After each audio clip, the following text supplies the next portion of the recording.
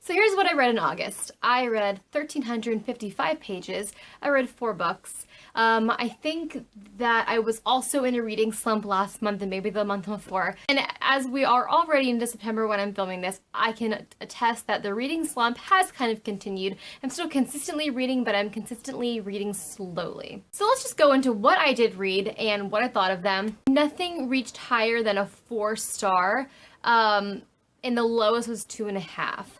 So they were all kind of middle of the road reads for me, which is probably another reason why I read so slowly. Nothing really stood out to me as being remarkable or as being terrible. So the first book that I read was The Fill-In Boyfriend by Casey West. If you remember, I actually started reading this during last month's, book 2, buddy, oh no. It was book 2-a-thon, yeah. Anyway, I didn't finish the book, so I finished it during the very beginning of the month. I gave it 2.5 stars. This is 346 pages, so it's Casey West. And I think this is my second Casey West book, and what I've kind of determined from Casey West is, with me and her writing, I tend to like the premise, and I like the first half. I think that the story gets set up really well, but both of the books that I read of hers, the second half just sort of peters out. It drags on for too long, and I just lose all interest. So it was the same in this book too. The concept is it's a girl whose boyfriend dumps her right before prom, and instead of going in to face her friends and admit that this boy just dumped her, she finds a guy in the parking lot to be her fill-in boyfriend. It's also should be noted that her friends have not met him, which is why this plan works. And then we just go on from there, this mistaken identity, and is that the boyfriend, or that's who I saw with you at the dance, and then the friends trying to figure out, and it goes on for too long. And I think I'm just really 10 years too old for Casey West, so I don't think I'm gonna read any more of that. The next book was Where They Found Her by Kimberly McCreight. This was 352 pages, and I gave it a 4-star. Although when I went back to look on my Goodreads for what my thoughts were, I didn't write anything, which sucks because I'm also forgetting a lot of this book. So why did I give it 4 stars? I do remember that it is about a infant baby that is found deceased in the woods, and you're getting a lot of the story from the perspective of the journalist who is investigating what happened. I remember enjoying it, and I remember being a little surprised by what happened. But not thrown completely. As I said before, the problem with a lot of like mystery whodunits in you're being introduced to a cast of characters is that someone that you've been introduced to has to have been the criminal or been the baddie. So it's gotta be one of those people. So when the reveal is made, it's not really usually too much like, oh my god, because you only know 8 people in the book. But I did like that there were a lot of different perspectives, and there were a lot of different jumps in time. We were looking in the past, the present. So I did like how it was written. I think that it was probably a little too long. I feel like it kind of went on when it really didn't have, it could have benefited from some editing. But I did like that as I was reading it, even though I knew the possibilities of who could be the person that did it, I didn't know who it was, and I didn't know why. So that was, it was a good read. The next book that I read was Odd Child Out by Jillian McMillan. This is actually an advanced reader copy. It comes out October, and it is about 2 young teenage boys. They're friends, and there is an event that happens, and the one is injured and is put into a coma for recovery, and the other boy is traumatized and won't talk about what happened. So nobody knows what is going on.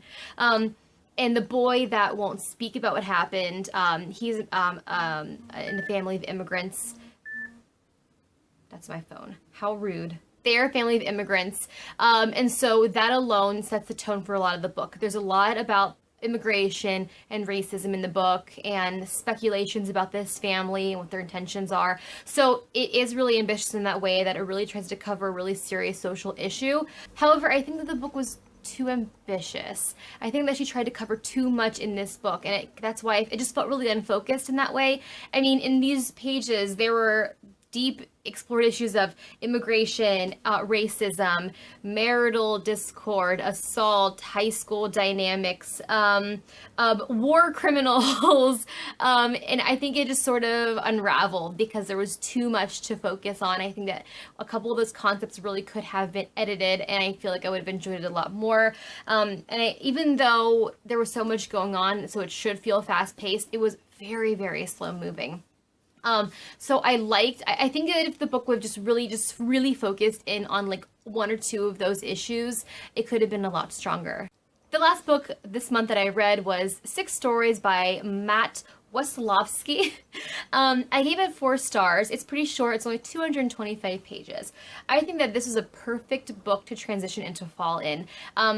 It is short, which I love short books. It is spooky. It is very cool, atmospheric, and a totally unique read. This is actually a podcast in book form.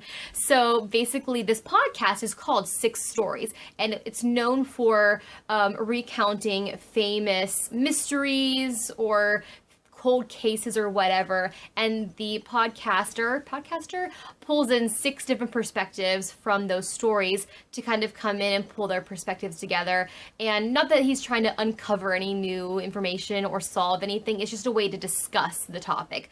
And so in this book we're following one story. It's the story of a group of kids that were camping out in the woods. Basically they were part of like a scouting team, and one goes missing, and then his body is discovered a year later in the same area, and that's what we're trying to figure out. Do we have any more information? Can we figure things out with these other perspectives? Is there anything new that was missed the first time around? What can we disseminate? So it really is a true whodunit. And I just love that it was in podcast form. It's cool. I love stories that are creepy in weird locations, like in, by the water or in the forest, in the woods. I think it just adds so much more to a story. I had to strike a star from it. It would have been a 5-star, but I want to say that I'm not spoiling anything because I read it with a couple of friends and they did not see the ending coming. I saw the ending coming. I saw it from a mile away. I feel like it was super, super obvious. I feel like the ending was obvious, but not how the ending was going to come through. I didn't know how it was going to happen, but I felt like I knew the ending was going to be a certain way. But so when it happened, I was really disappointed.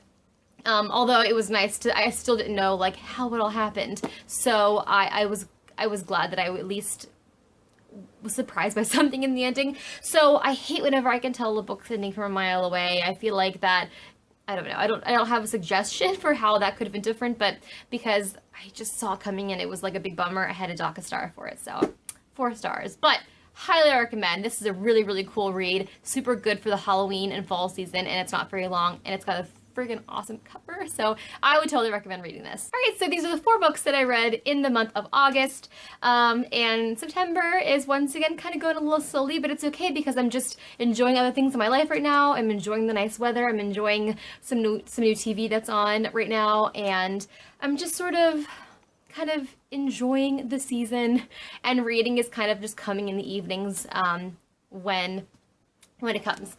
Alrighty. I have to turn the air conditioning back on. I am dying in here. I have to have it off because you would hear this loud buzzing noise behind you, which is not very appealing for listening to a video. Whew, I'm gonna go. All right, I will see you guys soon. I promise it won't be a month until you hear from me again. So stay tuned because you're gonna hear from me within the next week about something really exciting. All right, I gotta get out of here. Bye.